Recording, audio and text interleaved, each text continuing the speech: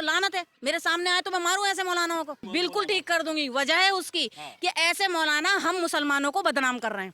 जितना हम जुड़ना चाह रहे हैं ना, जितना हम चाह रहे हैं कि हिंदू मुस्लिम में एका हो, ऐसे टुच्चे मौलाना हम लोगों में भेदभाव कर रहे हैं अपने आगे मौलाना लगाकर।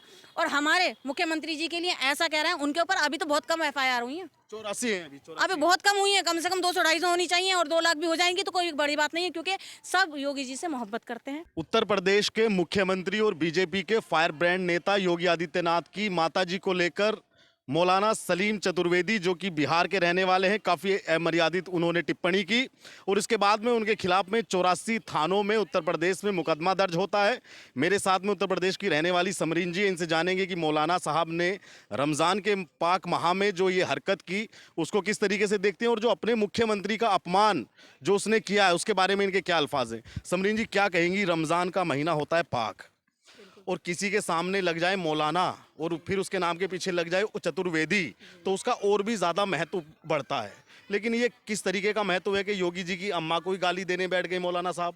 देखिए, मौलाना नाम लगाकर आप उसकी बेहुरमती मत कीजिए जी मौलाना नाम बहुत कीमती चीज़ है। जैसे हमारे आप में होता है ना पंडित, जी हमारे में मौलाना होते हैं। वो बहुत पाक चीज़ होते हैं, क्योंकि वो दुनिया से बिल्कुल बेखबर होते हैं। उन्हें किसी की मतलब नहीं, किसी के ऊपर लांछन लगाने से या किसी के ऊपर उंगली उठाने से, ठीक है ना।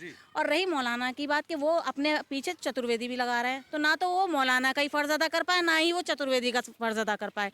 और रही बात हमारे योगी जी की, तो मैं ये कहूँगी कि जो इंसान हमारे प्रधानमंत्री की माँ हो या हमारी माँ हो, इज्जत नहीं कर सकता, उसको यहाँ पर रहने की कोई, मैं यूँ कहती हूँ, उसको रहना ही नहीं देने चाहिए।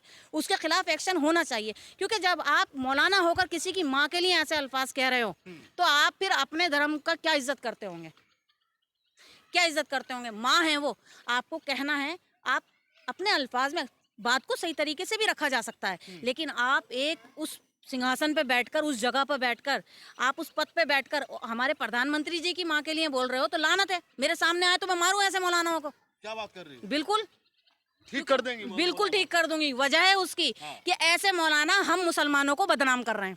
जितना हम जुड़ना चाह रहे हैं ना, जितना हम चाह रहे हैं कि हिंदू मुस्लिम में एका हो, ऐसे टुच्चे मौलाना हम लोगों में भेदभाव कर रहे हैं।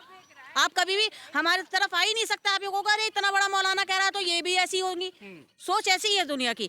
लेकिन जिस उसमें रह रहे हैं, हमारे प्रधानमंत्री जो हैं, अगर हम उनकी इज्जत नहीं कर सकते, देखिए कानून है, आप सऊदीया जाओगे, सऊदीया के कानून के हिसाब से चलोगे, अमेरिका जाओगे, अमेरिका के कानून के हिसाब से चलोगे, आप यूपी में हो तो यूपी के कानून से चलोगे। अगर आप हमारी प्रधानमंत्री के मुख्यमंत्री की माँ के लिए ऐसा अल्फाज बोल रहे हैं, तो आपको यहाँ पर रहने की कोई भी जरूरत नहीं है। अपने आगे मौलाना लगाकर और हमारे मुख्यमंत्री जी के लिए ऐसा कह रहे हैं, उनके ऊपर अभी तो बहुत कम FIR हुई है, 84 है अभी, 84 अभी बहुत कम हुई है। कम से कम 200-250 होनी चाहिए, और 2 लाख भी हो जाएंगी तो कोई बड़ी बात नहीं है, क्योंकि सब योगी जी से मोहब्बत करते हैं। क्योंकि जो इस टाइम यहाँ पर चल रहा है वो सिर्फ योगी जी के। क्या था यहाँ पर, निकल भी नहीं सकते थे, आज खुले घूम रहे हैं। रात को 12-12, 1-1 बजे तक औरत बाहर घूम जाती है। पहले क्या था यहाँ? पहले तो नहीं, 9 बजे के बाद क्या, 8 बजे के बाद नहीं निकला जाता था औरतों से। इज्जत भी महफूज नहीं थी, वो वक्त था। अपनी गाड़ी खड़ी करके जाओ, वापस आओ तो वो भी नहीं मिलती थी। ऐसा था, अगर गन्नों की ढेरी लगा रख कर गए ना, तो वो भी गायब हो जाती थी, भैंसे नहीं मिलती थी। वो दौर था। तुम ये देखो आज का दौर क्या है कि तुम्हारे लिए पूरा प्रशासन 1 मिनट में खड़ा हो जाता। एक ट्वीट करो, आधे घंटे में रिजल्ट है।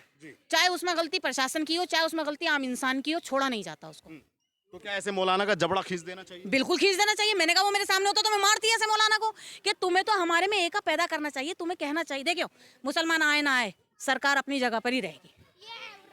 मतलब मुसलमान आए ना आए, लेकिन योगी आएंगे सब। हाँ, सरकार अपनी जगह पर रहेगी, वो किसी की मोहताज नहीं है। आप आओगे अपने फायदे के लिए आओगे, आपका फायदा होगा। आप ये बताइए, मुसलमानों के लिए इतनी सारी स्कीमें निकाल रखी है, हिंदू के लिए कौन सी स्कीम निकाली है? मुसलमान की बच्चियां भी स्कूल में पढ़ रही हैं तो उनको भी पैसे मिल रहे हैं, स्कॉलरशिप मिलता है। बताइए हिंदू के लिए कौन सी स्कॉलरशिप दिखलाई है? कुछ भी नहीं। लेकिन आज बहुत सारे, मैं एक बात और भी कहूंगी कि ये अगर 99 कहा जाए ना, तो मैं नहीं मानती। 60% ऐसे हैं जो चाहते हैं कि हम एक होकर रहें। वो जो 20% है ना, उन्होंने इतना आतंक मचा रखा है चारों तरफ कि वो जहां देखते हैं ना, अब सुकून हो गया। अब भाई मुसलमानों के लिए कोई स्कीम निकली है, ये सब एक हो रहे हैं, वो कुछ ना कुछ ऐसा हादसा कर देते हैं कि उन लोगों की सोच बदल जाती है। फिर वो कहते हैं वे मौलाना, वो फिर इस ना, जिसको तकलीफ होगी वो सामने वाले को अपने अल्फाजों से जवाब जरूर देगा। और एक करता है सारे भुगतते हैं, ऐसा नहीं है सब कर रहे हैं। अब आपको बताइए, ये इतना पाक महीना, यूं कहा कि आप अपने दुश्मन को भी अपने अल्फाजों से तकलीफ मत देना, वरना आपका रोजा कबूल नहीं होगा। आप अपने ऐसी जगह पर बैठकर कह रहे हो और उसमें 1000 बंदे सुन रहे हैं, खुद तो गुनाहगार हो रहे हो, तुम उन हजारों को भी अपने साथ गुनाहगार कर रहे हो।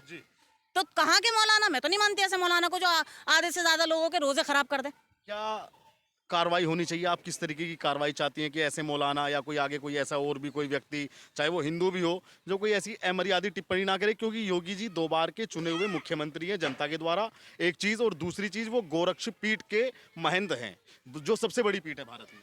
आप ये सोचिए, मैं आपको इस चीज़ के लिए कहती हूँ, दुबई से शेख आते हैं, जी वो अपने उसको जो चोगा पहनते हैं ना, वो ऐसे पकड़ते हैं, उनका हाथ ऐसे होता है कि खुल ना जाए। कंधुआ बोलते हैं उसको, हाँ, जब हमारे योगी जी गए हैं ना, तो वो खुले हाथ करके गए। जी वो हैं योगी जी कि दोनों हाथ ऐसे खुले करके गए कि मैं आज़ाद हूँ, मैं किसी की बंदिश में नहीं हूँ, ना कपड़ों की, ना वेशभूषा की, किसी की भी नहीं।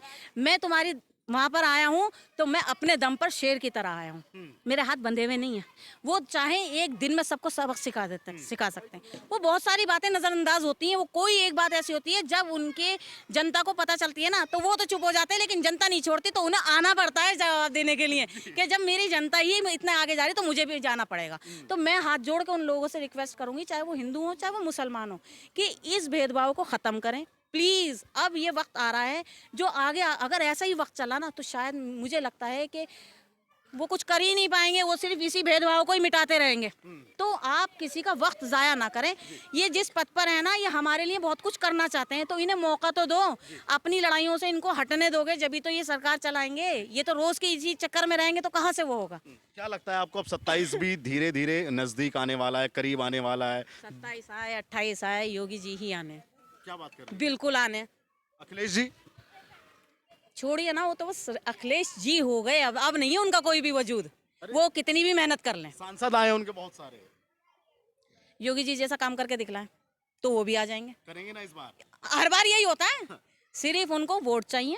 जब इलेक्शन आते हैं तब वो बहुत कुछ कहने के लिए तैयार हो जाते हैं, करने के लिए तैयार हो जाते हैं। जब हो जाता है उनकी मतलब कुछ जनता उनके साथ हो जाती है, लगता है उन्हें हाँ हम जीते, अरे कर देंगे, गया टाइम। फिर कौन उनके पास जा रहा है? वो ढंग से बंदों से बात नहीं करते। आप जाओ कार्यालय पे योगी जी के, सबसे मिलते हैं, सबसे बात करते हैं। वो ये नहीं कहते मुसलमानों हटो, वो ये नहीं कहते, वो सबकी सुनते हैं। अब मैं आपसे एक सवाल ये पूछूंगा भाई, एक बार पार्क में कैमरा घुमा के दिखाओ। इस वक्त जिस पार्क में हम खड़े हैं, यहाँ पे लगभग 100 से 150 व्यक्ति हैं, और महिलाओं की संख्या सबसे ज़्यादा मैं यहाँ पे देख रहा हूँ कि शाम के टाइम घूम रही हैं। तो ये बताइए, आज महिलाएं जो ये इतनी बड़ी संख्या में घूम रही हैं, अगर यहाँ पे समाजवादी पार्टी की सरकार होती, अखिलेश की सरकार होती, तो क्या स्थिति? तो भी ये महिलाएं बाहर होती? अपने घरों में होती क्यों? उनकी। आपने कभी पार्क ऐसे औरतों से भरे हुए देखे हैं? पहले कभी नहीं देखा। बच्चों से तो भरे हुए बेशक देखे, क्योंकि बच्चों को तो कोई रोक ही नहीं सकता।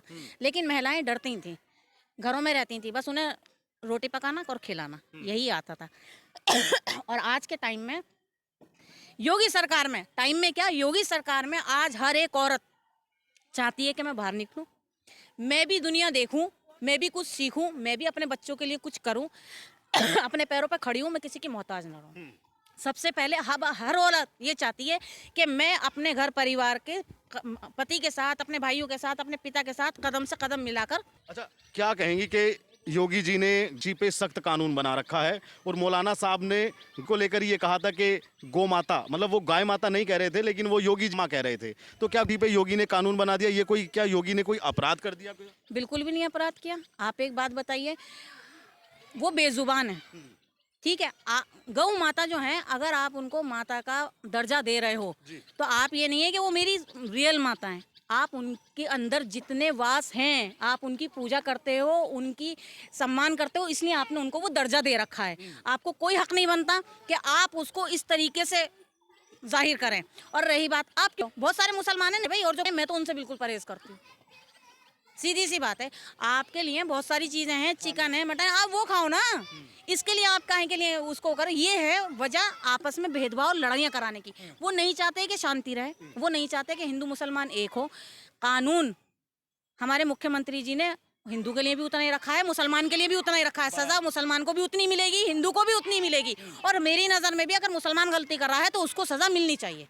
क्या ये ऐसे ही मौलाना नौजवान बच्चों को भड़काते हैं और ऐसी ऐसी तकरीरें करते हैं कि वो फिर जाकर कुछ ऐसी घटना कर देते हैं जो सबको बदनाम करती है? देखिए, हमारा पहला मदरसा होता है हमारी माँ का गोद, ठीक है। अगर हम अपनी माँ की गोद से, मैं उन बच्चों के लिए कह रही हूँ, उनके लिए मौलाना माँ की गोद है, क्योंकि हम उस्ताद को, गुरु को माँ बाप का दर्जा देते हैं। भगवान के बाद माँ बाप का दर्जा गुरु का है। अगर गुरु हमें ये सिखा रहा है कि आप भेदभाव करो, लड़ो, तो कहाँ से शांति होगी? फिर आप यूँ कहते हो कि बीजेपी सरकार मुसलमानों के खिलाफ है। बीजेपी सरकार मुसलमानों के खिलाफ नहीं है, बीजेपी सरकार गलत के खिलाफ है। उसमें हिंदुओं, उसमें मुसलमानों, उसे कोई मतलब नहीं, वो कोई भेदभाव नहीं कर रही। अभी जिस तरीके से वो बयान कर रहे हैं, मुझे तो बड़ी शर्म आ रही है कि मुसलमान होने पर उनको लानत है कि ताकत आप नहीं मानती उनमें? बिल्कुल नहीं मानती, क्योंकि उन्होंने जो वजूद बनाया ना, वो मेहनत से बनाया। हाँ। ठीक है, ये मेहनत उनके बस की नहीं है। वैसे ही वो तो अपने सर पे काल लेकर चलते हैं, वो लाल टोपी, वो काल बोलती है वो आप काल उसको? कहते हैं, क्योंकि वो है ना, कहते हैं ना, सांड के सामने आ जाती है लाल टोपी तो क्या हाल होता है, वो वाला हिसाब है। अब वो इसी लायक रह गया, उससे ज्यादा कुछ नहीं हो सकता। अरे आपके लिए तो बहुत कुछ किया, कहते हैं कि मुसलमानों के लिए हमने स्पेशल में स्कॉलरशिप भी बढ़ाई, कब्रिस्तान की बाउंड्री कितनी करवाई। वहीं का वहीं है, बाउंड्री कराने से कुछ नहीं होता। मुर्दों के लिए कराया, जिंदे कहाँ चले गए? मुर्दों के लिए कराया, जिंदे कहाँ हैं? मुर्दों के लिए बाउंड्रियां करा दी, और जिंदों के लिए क्या करा दिया? तुम कारोबार खोलते, तुम 20-20, 50-50 हजार लगा के भी अगर किसी को कारोबार कराते तो ये भूखमरी ना होती। दलित अपनी जगह पर ही है, युवा जो है वो जुड़ नहीं पा रहा। हम चाहते हैं युवा ज्यादा से ज्यादा जुड़े, या युवा खड़े होकर आए, ये नहीं कि बदमाश बन जाए, मारपीट करे, ये करे, कोई नहीं चाहता। ये सरकार चाहती है कि अपने पैरों पे हर एक बंदा खड़ा हो। अच्छा ये बताइए, कहा जाता है कि यमराज मिलता है आज उत्तर प्रदेश में अगर कोई बहन बेटियों को छेड़ता है। आपकी भी बेटी कॉलेज में जाती हैं, आप खुद भी एक काम करने वाली महिला हैं, आप भी बाहर जाती हैं रात बेरात को भी, जो कुछ पार्टी में से भी आना होता है, तो क्या वाकई यमराज घूम रहा है यहाँ उत्तर प्रदेश में? वो यमराज नहीं है, वो हमारा भाई है। योगी जी वो हमारा भाई है, वो हमारी बच्चियों का बाप है। उसने हमारे ऊपर सर पे हाथ रखा, वो हर एक औरत के लिए एक पैर से खड़ा है। वो यमराज नहीं है। यमराज वो तुम्हारे लिए है। क्यों? क्योंकि तुम जो करोगे वो तुम्हें पलट के जवाब देगा, इसलिए वो यमराज है कि तुम्हारी मौत उसके हाथों निश्चित है अगर तुमने किसी को भी तकलीफ पहुंचाई। क्या आप मानती हैं कि हमारे प्रधानमंत्री हो, चाहे जिस प्रदेश में हम रहते हो वहाँ के मुख्यमंत्री हो, उनकी माता भी हम लोगों की माता है? बिल्कुल है। देखिए, माँ माँ होती है। कहते हैं हम, वो कहते हैं ना, भारत माता की जय। हम नहीं कहेंगे, क्यों? बुराई है कुछ कहने में? कोई बुराई नहीं मानता। इस भारत में रहते हो तुम, इस भारत की जय नहीं कह सकते तो बेकार है तुम्हारा। जिसमें तुम रहते हो तुम उसको नहीं कह सकते तो बेकार है। यहाँ का पानी, यहाँ का अन्न, यहाँ की मिट्टी, सब कुछ कमा रहे हो, खा रहे हो, तुम्हारी औलादे बन गई, बाहर जाकर अगर काम कर रही हैं, वो यहीं की कमाई से पहले पली हैं जब वहाँ गई हैं। ऐसा नहीं है कि तुमने वहाँ जाके पाला होगा। और रही बात माता की, मैं हकीकत बात कहती हूँ कि उनकी माँ हमारी माँ है। उन्होंने अपनी माँ की ममता को छोड़कर, उन्होंने अपना परिवार छोड़कर, वो भी चाहते परिवार बना सकते थे, सब कुछ कर सकते थे, वो चोला ओढ़ के वो हमारी मदद के लिए, हमारे लिए खड़े हुए हैं। तो तुम्हें शर्म आनी चाहिए कि तुम उनको भी ऐसा ऐसा कह रहे हो। चलिए ठीक, अब मैं ईरान